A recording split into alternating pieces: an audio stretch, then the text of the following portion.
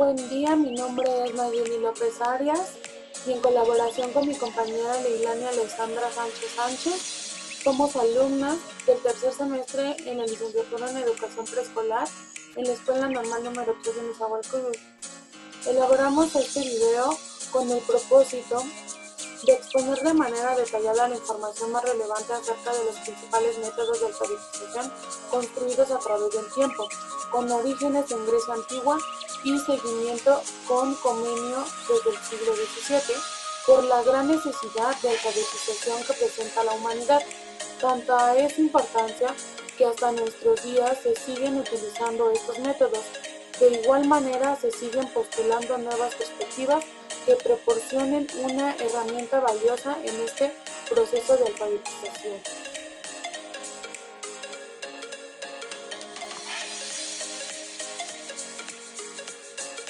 Comenzaremos explicando los métodos de alfabetización sugeridos para el nivel inicial. En primer lugar, el método alfabético. Su principal representante, Juan Amos Comenio.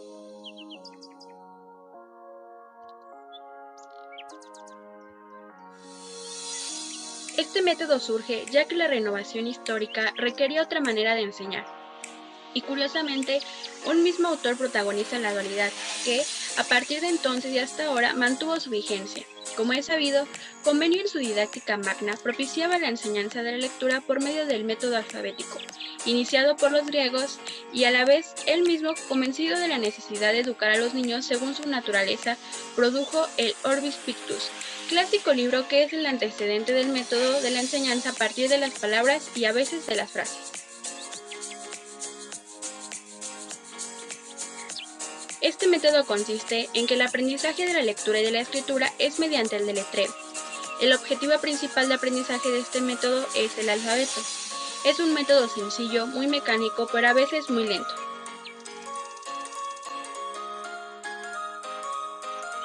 Algunos pasos a seguir para el empleo de este método es que los alumnos aprenden todas las letras del abecedario, siguiendo un orden alfabético. Cada una de las letras se aprende pronunciando su nombre. Se aprende a leer cada letra por su nombre y de manera simultánea a escribirla. Una vez conocido el alfabeto, se comienza deletreando palabras escritas. Después se hacen combinaciones de letras, consonantes y vocales para formar sílabas. Las combinaciones de las sílabas dan lugar a la creación de palabras y posteriormente de oraciones. Más adelante se introducen mayúsculas, signos de puntuación y reglas de ortografía.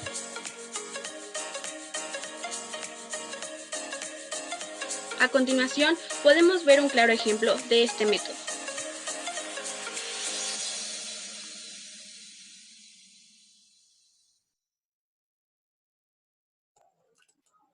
Método fonético. Su principal representante fue Blaise Pascal. Este método se inicia en el siglo XIX, cuando comienza a considerarse que el sonido es un buen punto de partida para la enseñanza de la lectura.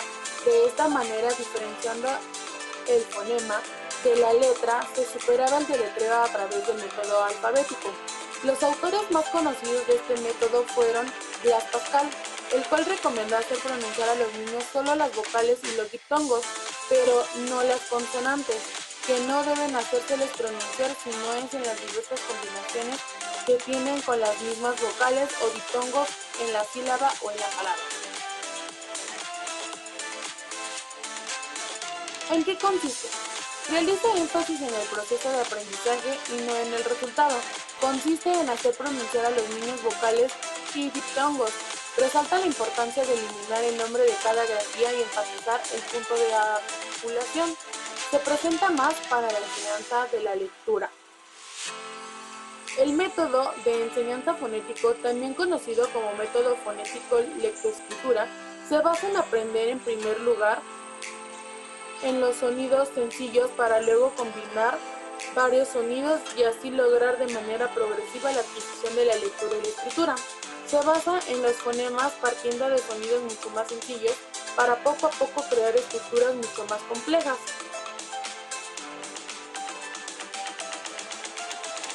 Pasos a seguir. Primero, se comienza con la enseñanza de los sonidos de las vocales, mostrando láminas con las palabras que comiencen por una vocal, por ejemplo, oveja, elefante, abeja, oso, etc. Una vez que conozcan bien las vocales, podemos empezar a mostrarles palabras que contengan las vocales en el centro o al final de las palabras.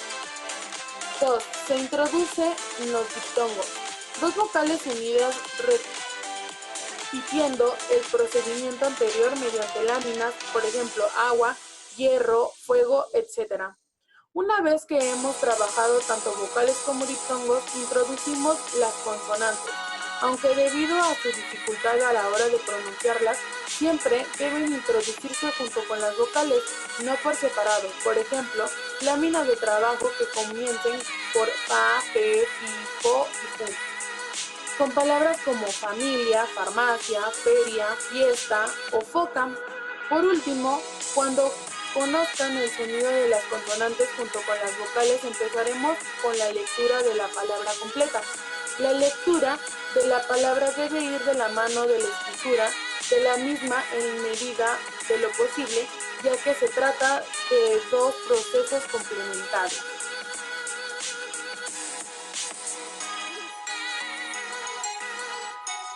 Aquí se puede visualizar un ejemplo de lo antes mencionado.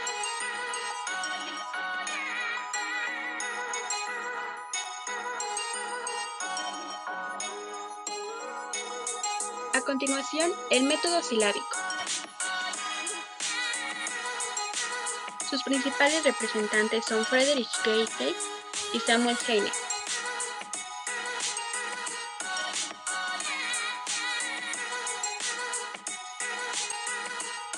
Al cabo de muchos siglos aparecieron propuestas distintas a las alfabéticas. En el siglo XIX, especialmente en América Latina, surgen los métodos silábicos, en el cual se enseña a los niños un cierto repertorio silábico. Cuando lo dominan, pasan a leer palabras conformadas por las sílabas que conocen y luego siguen con frases y oraciones.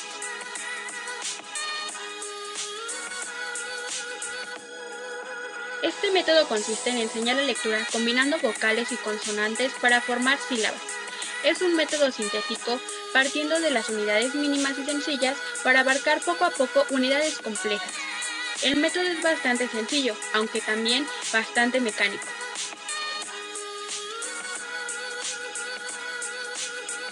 Algunos pasos a seguir es comenzar el aprendizaje de las 5 vocales. A continuación se introducen las consonantes. Se comienza por los grupos silábicos más sencillos, después se introducen las sílabas trabadas con 2 consonantes y una vocal. Finalmente se enseñan las sílabas con orden inverso a la vocal consonante.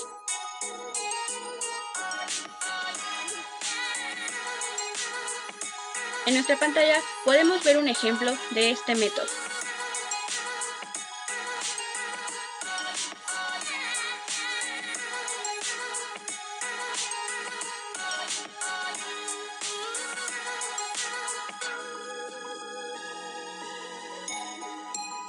Métodos sintéticos.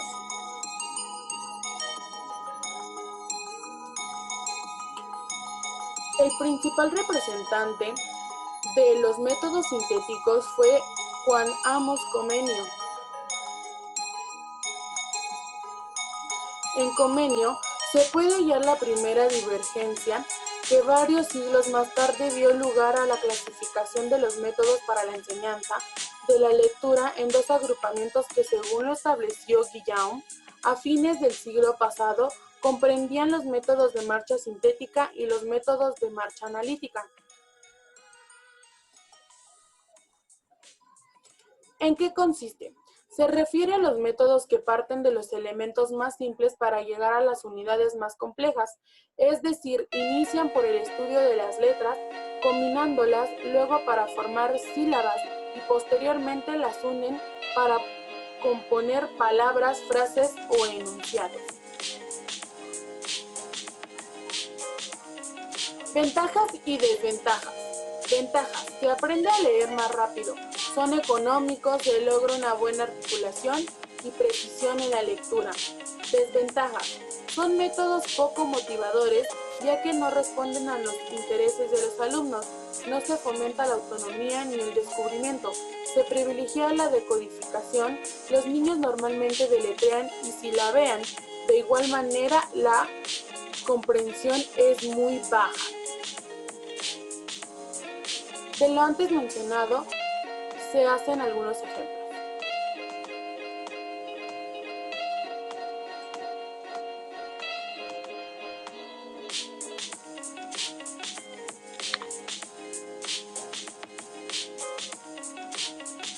Continuamos con el método analítico.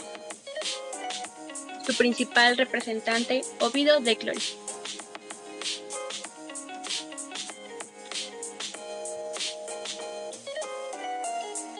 Los métodos analíticos comienzan a aplicarse para la enseñanza de la lectura y de la escritura a partir del siglo XVIII con los trabajos de Foucault. Él implementó a enseñar primero las palabras, después a dividirlas en sílabas y por último las letras. De igual modo, en sus trabajos hubo un intento de enseñar a leer y a escribir al mismo tiempo, es decir, como un proceso simultáneo. Pero fue realmente que a comienzos del siglo XX, con los trabajos del eminente pedagogo Ovidio de Clory, se recibió el impulso definitivo para la fusión de este método.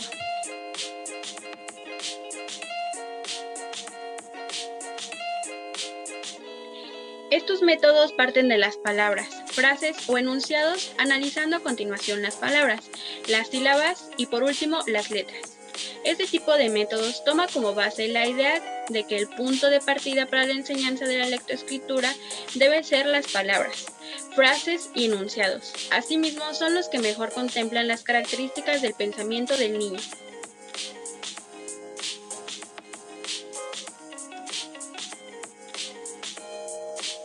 Algunas ventajas es que se toma a consideración las características e intereses que favorecen la motivación e interés, se fomenta la comprensión, se favorece la autonomía, ya que se da la oportunidad de analizar las palabras para formar otras nuevas. Algunas de sus desventajas son que en el proceso de aprendizaje es más lento, ya que se analizan unidades complejas como palabras, frases y enunciados. Requiere un trabajo paciente y constante por parte del profesor. A continuación, podemos ver un ejemplo de este método.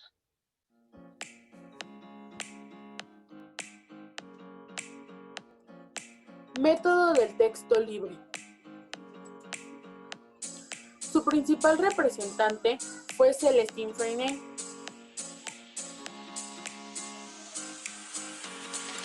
El texto libre surge en Vince en 1921, en unas circunstancias históricas con rivalidades territoriales, económicas e ideológicas, la exaltación de los ideales de los grandes pensadores, el cambio pedagógico en América y Europa, movimiento de la nueva escuela con la base de las ideas de Dewey, en el comunismo militante de Freinet y su condición de herido en un pulmón durante la Primera Guerra Mundial, promueve un proceso de reflexión, interpretación y crítica del tipo de enseñanza que se lleva a cabo. En un contexto determinado por la historia y la división del trabajo, la educación aspira a organizarse en torno al trabajo productivo y útil para superar esa división del trabajo manual, intelectual y de la sociedad. Se busca una formación manual e intelectual completa e integral para todos los hombres, independientemente de su origen. El texto libre surge dentro de una práctica social que estimula la individualización concreta. De este modo, el texto libre se puede interpretar como un trabajo en el sentido marxista, en cuanto que establece una relación no mediatizada, no cosificada, una relación de cambio-uso.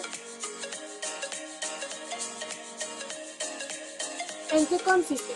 Propone de manifiesto la necesidad de que el educando pueda expresarse libremente, es decir, poder facilitarle la palabra para que sea capaz de construir su propia conciencia de participación. Importancia de expresar los propios sentimientos y deseos a través del texto. Debe tener en cuenta que hay que dejarles, pero también forzarles al trabajo. Algunos pasos a seguir. La escritura del texto, que constituye una actividad individual y creativa. La lectura ante el grupo de clase, con la que se trabaja la entonación y la modulación de la voz. el comentario de texto que se realiza de forma colectiva, la impresión y reproducción de los textos para la revisión escolar, la correspondencia. Cuando el niño se enfrenta a la tarea de la producción escrita, es consciente de que a través de la escritura puede comunicarse. Es una idea presente en su expresión escrita.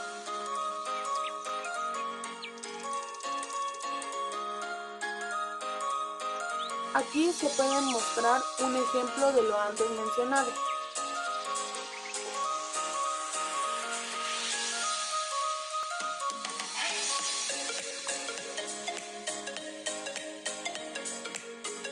Ahora bien, continuaremos hablando de la teoría del déficit. Entre mediados del siglo XX y la década de 1980 aparece esta teoría, dando la siguiente explicación. Las dificultades y el fracaso escolar de los niños, especialmente de los sectores desfavorecidos, se intentan explicar como consecuencias de las carencias en el lenguaje, tanto en el léxico como en la sintaxis. Se supone que las diferencias lingüísticas se traducen en dificultades cognitivas, en la formación de conceptos, modos de razonamiento, etc., y que éstas originan el fracaso escolar.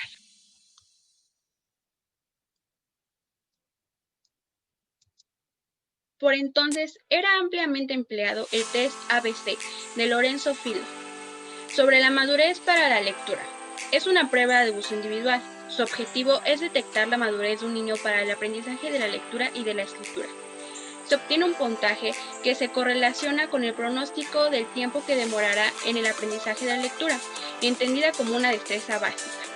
En función del puntaje obtenido, se pronostica que el niño aprenderá a leer en un semestre, en un año aprenderá con dificultad, exigiendo una enseñanza especial, o se le recomienda postergar la enseñanza de la lectoescritura.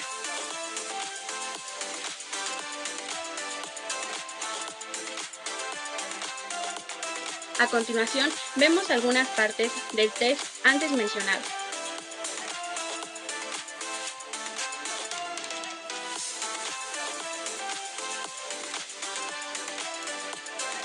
Método onomatopeico. El principal representante del método onomatopeico fue Gregorio Torres Quintero. Durante el gobierno de Porfirio Díaz fue profesor de la escuela que lleva el mismo nombre del dictador. Además ocupó un cargo gubernamental como encargado de las reformas educativas y como responsable de ver que todas las instituciones del país estuvieran trabajando de manera positiva. Cuando obtuvo el cargo de jefe en instrucción pública, logró llevar a cabo su obra más importante, la implementación del método onomatopéyico en todo México. Esto facilitaría el aprendizaje de la lectura a los niños y sería reconocido a nivel mundial como uno de los cambios más revolucionarios en la educación de la época. ¿En qué consiste? El método onomatopéyico fue una idea revolucionaria en términos educativos que tuvo Torres Quintero. Hasta el momento de la historia en el que se creó, los niños eran enseñados a leer mediante el estudio individual de sílabas. Con este método se propuso enfocarse en los sonidos de las letras antes de poner a los niños a analizar combinaciones entre estas. Este método servía para complementar las enseñanzas pedagógicas de Enrique Bergson, quien proponía que no se debía estudiar a las letras en particular, sino el sonido que emite cada una al decirlas en voz alta. El método onomatopéyico sirve para ayudar a los niños a aprender cómo leer y escribir. El método que estaba vigente para ese entonces analizaba la articulación de las sílabas para enseñar a los niños. Este nuevo método se basó, por otra parte, en el sistema que utilizaban los sordos para aprender a expresarse. La manera en la que Torres Quintero adoptó su método para la enseñanza fue reconocida a nivel mundial y hasta el día de hoy el método onomatopéyico sigue siendo una de las maneras más eficaces para enseñar a los jóvenes a leer y escribir. Este es un ejemplo de lo antes mencionado.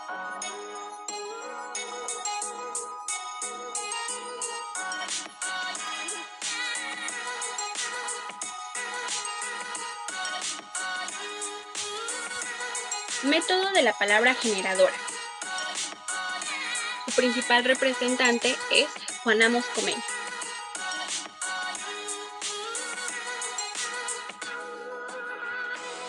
Juan Amos Comenio, en su obra Orbis Pictus, la enseñanza de cada grafía iba acompañada de una imagen, la cual contenía la primera grafía que se quería estudiar, o contenía el dibujo del animal que hacía un sonido, el cual, al utilizarlo como onomatopéyico, les permitiría a los niños relacionarlo con el dibujo y el punto de articulación. Juan Amos Comenio abogaba por el método de las palabras, y aducía que cuando las palabras se presentan en cuadros que representan el significado, pueden aprenderse rápidamente sin el penoso deletreo.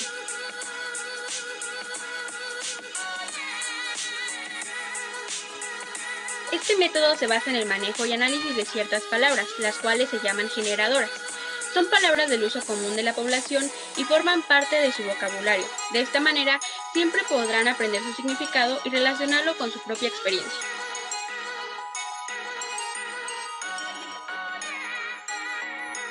Algunos pasos a seguir para la utilización de este método es motivar el aprendizaje de las letras de vocales independientemente. Se presenta una lámina con la figura que se desea u objeto del que se habla.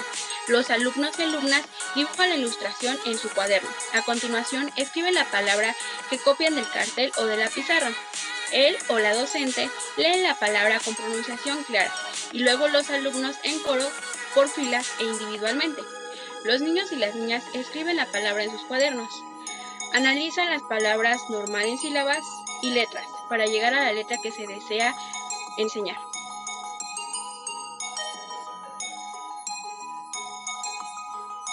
A continuación, vemos un ejemplo de este método.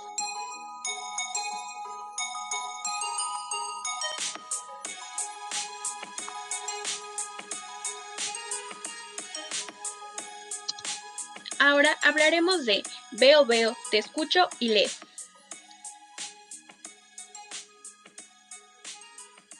Este libro se dirige a niños y niñas de educación infantil y primer ciclo de enseñanza primaria que comienzan a aprender a leer. Es asimismo un material de lectura de interés didáctico y recreativo. Está compuesto de diálogos sencillos que configuran breves relatos ilustrados. También aparecen poemas, juegos de palabras y adivinanzas. Todos los textos han sido seleccionados gradualmente atendiendo las dificultades de aprendizaje de la lectura. Cada tema o capítulo incluye un motivo formal, sonido o letra, y desarrolla una pequeña historia cuyos protagonistas son animales que hablan.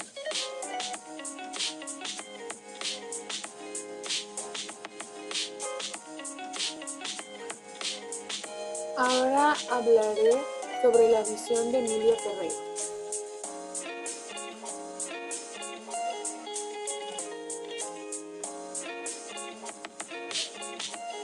Alfabetización como construcción de un objeto de carácter interdisciplinario, mostrando que algunas construcciones anteceden a otras y que forman parte de la siguiente, concibiendo el desarrollo de la alfabetización como un proceso sistemático, gradual y constructivo.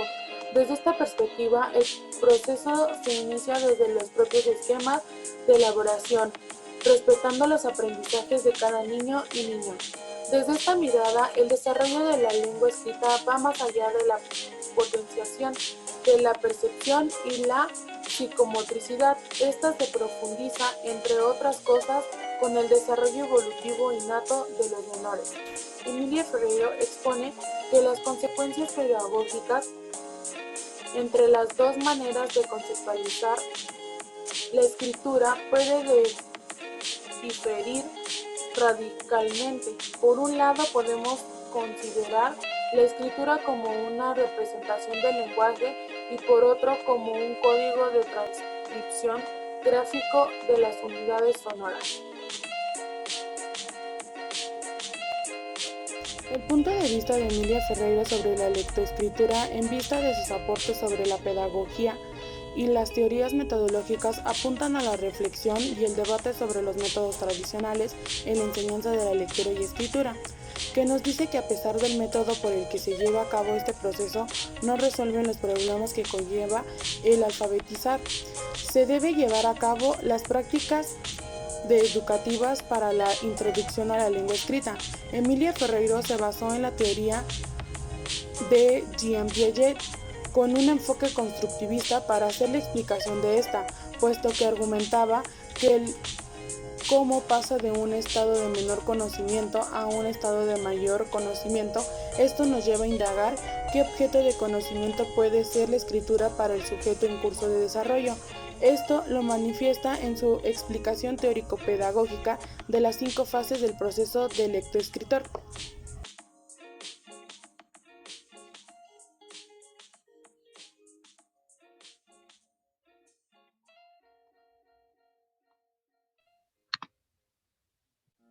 Como conclusión, podemos decir que tanto la escritura como la lectura son ya parte fundamental de la vida de cualquier miembro activo de una sociedad, por lo cual es indispensable alfabetizar desde un nivel básico. Y para ello, como hemos estado revisando a lo largo de este video, hay un sinfín de métodos que dan apoyo a este proceso de enseñanza-aprendizaje. Todos ellos tienen un gran valor, así que no sería prudente descartar alguno, pues es claro que cada uno puede contar con ciertas ventajas y desventajas. Sin embargo, todos tienen algún fundamento que demuestran su efectividad. Por esto mismo, lo mejor será conocerlos en su totalidad, para así poder hacer uso del o de los métodos que se adecúen a las necesidades y capacidades del o de los individuos que serán alfabetizados. Del mismo modo, no hay que dejar pasar que estos métodos deben ser complementados por medio de actividades recurrentes, proyectos y secuencias didácticas. Gracias por su tiempo.